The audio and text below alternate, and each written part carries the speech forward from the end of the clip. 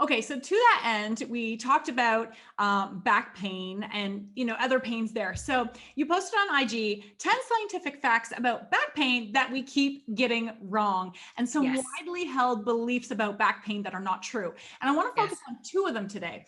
Yes. Specifically, back pain is not caused by poor posture, and back pain is not caused by a weak core. So this is huge for me because with all of my postpartum clients, and my clients are probably 95% of them are postpartum, and they are new moms. A lot of them come with, back pain and these things. And so as soon as we start working on their posture, not mother hunching so much and opening their chest and working on strengthening their back and releasing some of those muscles and working on their core and their deep core, their pelvic floor.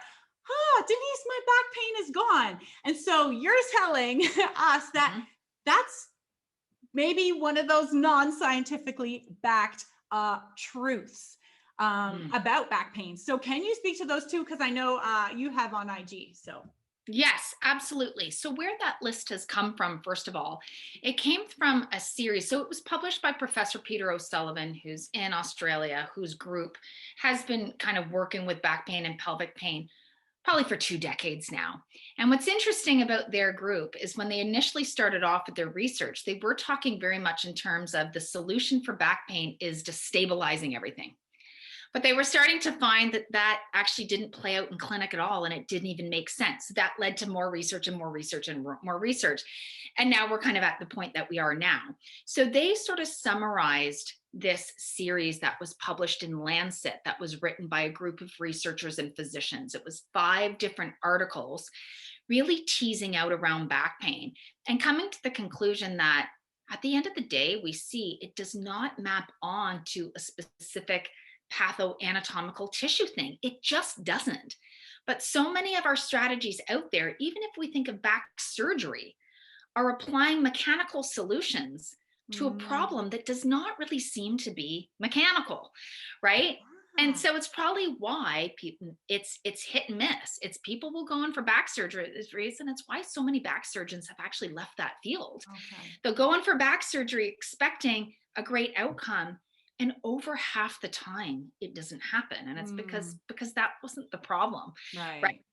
So when it comes to these two issues, and I'm so glad we're going to talk about them because it's important, it's not to say that those adjustments that you mentioned, let's talk about posture first. Mhm. It's not to say that when we actually get an enhanced relationship of tissues, right, that then we're going to have a better strategy. It's not to say those things.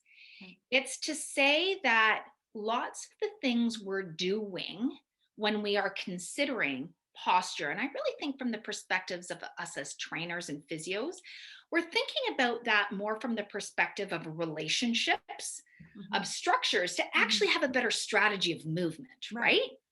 So it's not to say that those underlying mechanisms that come along with considering posture aren't doing something useful. All of us see they do, right? Yeah. All of us understand there's a lot of good reason why you would want to consider the relationship of structures. I mean, we know every muscle contracts on a length tension relationship. So even when we're trying to optimize power, for example, that's going to be important. But what we also know is that when we aren't considering those pieces that go along with posture, because Mhm. now we're talking about impacts of motor activation and motor output, and like we're kind of mixing it all together. Right. So we're saying absolutely, there's great mechanisms there, but when we literally just talk about posture, we have kind of been led to believe that there are certain postures that are good postures, Mhm. and this is really where this has come around back pain. And so, what the most amount of data to substantiate this point, just to kind of make it clear for people, is really the notions around this kind of this type of posture that sort of goes hand in hand with bracing your abs. Mhm. So, in ways, it's almost like this core stability or core strength and postural thing.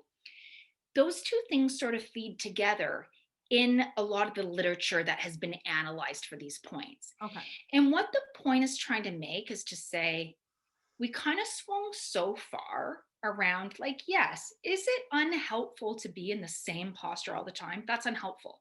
Yeah. We know that. We know we have to be varying up our posture all the time. No one's disputing that. Mm-hmm. We also know that when we're sustaining positions at end range for sustained amount of times, that also generally isn't helpful, Right. right? Generally, for longer periods of time, we want to be in neutral. We want to take tissue to end range. Yeah. We want to load tissue to end range. We want to flirt with the end range, Mm-hmm. but we don't want to sustain there because Yeah. that actually can be aggravating.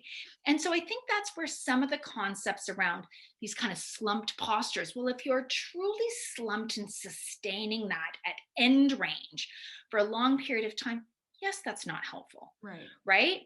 But really, what a lot of the back literature is looking at is that swinging so far and pulled out of context to say bending the spine is unsafe. We should never bend our spine when we pick things up. We should have this militant spine. When we're sitting here, we should be militant. Right. We should always be bracing our abs because everything's unstable. And actually, we find that makes things way worse. That makes people fear that they can't trust their spine, that their spine isn't meant to be bendy and responsive. Right. That actually makes people think they should be putting energy into consciously restricting structures and cutting off blood flow, right? And we actually find those make things a lot worse. Yeah. So when it comes to the posture bit, really it's more pointing to the notion of this notion of if you have back pain, you really should be holding this erect, militant sort of traditional posture. We know that that's not the case. We know that when we are just looking at sitting posture, that people sitting like this or like this, or people who shift their posture all throughout the day, it really doesn't change their pain experience.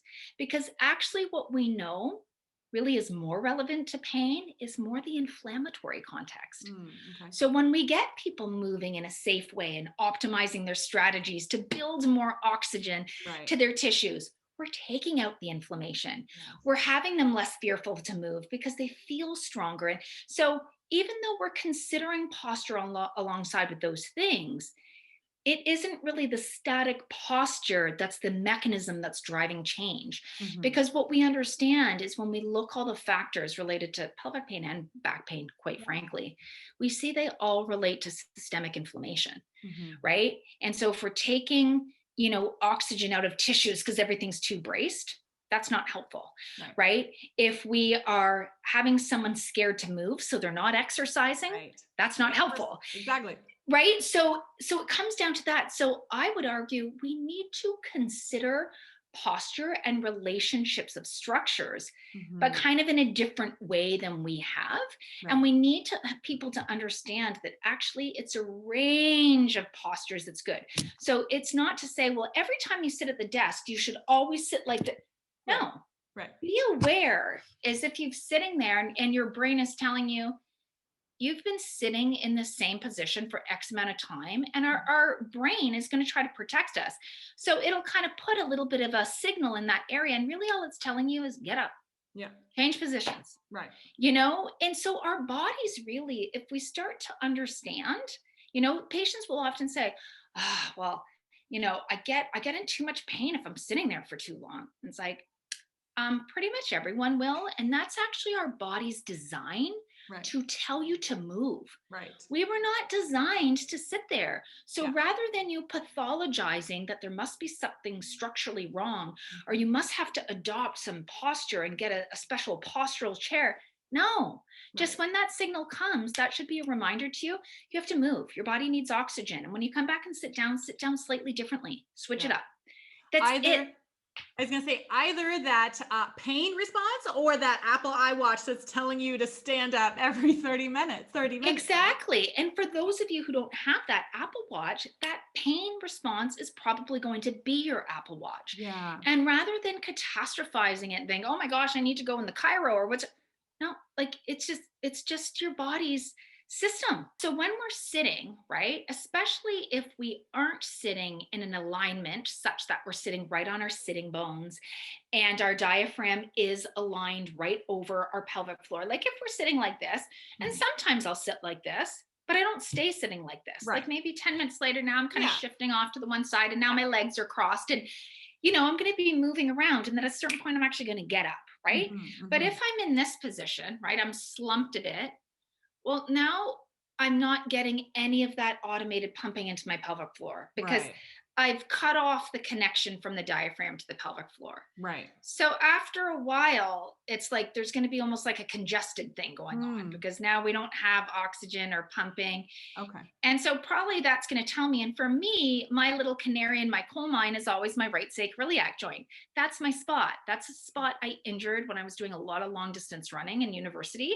Mhm. So that's kind of my spot. That's always just my cue. So I Right. don't think, oh my goodness, my SIJ is acting up. That's my cue that I'm like, all right, I got to move.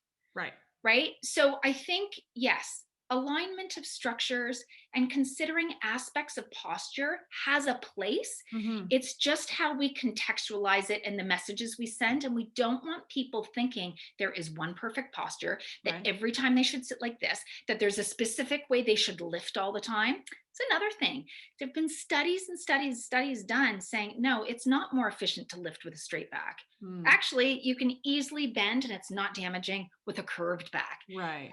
Another big one for people. You'll see Yeah. all over Instagram. This is how you lift your baby out of the Pick up crib. your baby. I do. I teach it too, right? Yeah. Pick Right? up your carrier or your baby's car seat like this. Right. And I would say what's great about that is so people have options. Because if you have been picking up something with a curved back and now your brain interprets that as a threatening thing, and now right before you're going to lift, because it's the same way you're doing things, your brain's going to anticipate that as dangerous. Well, then we want a Right. different input.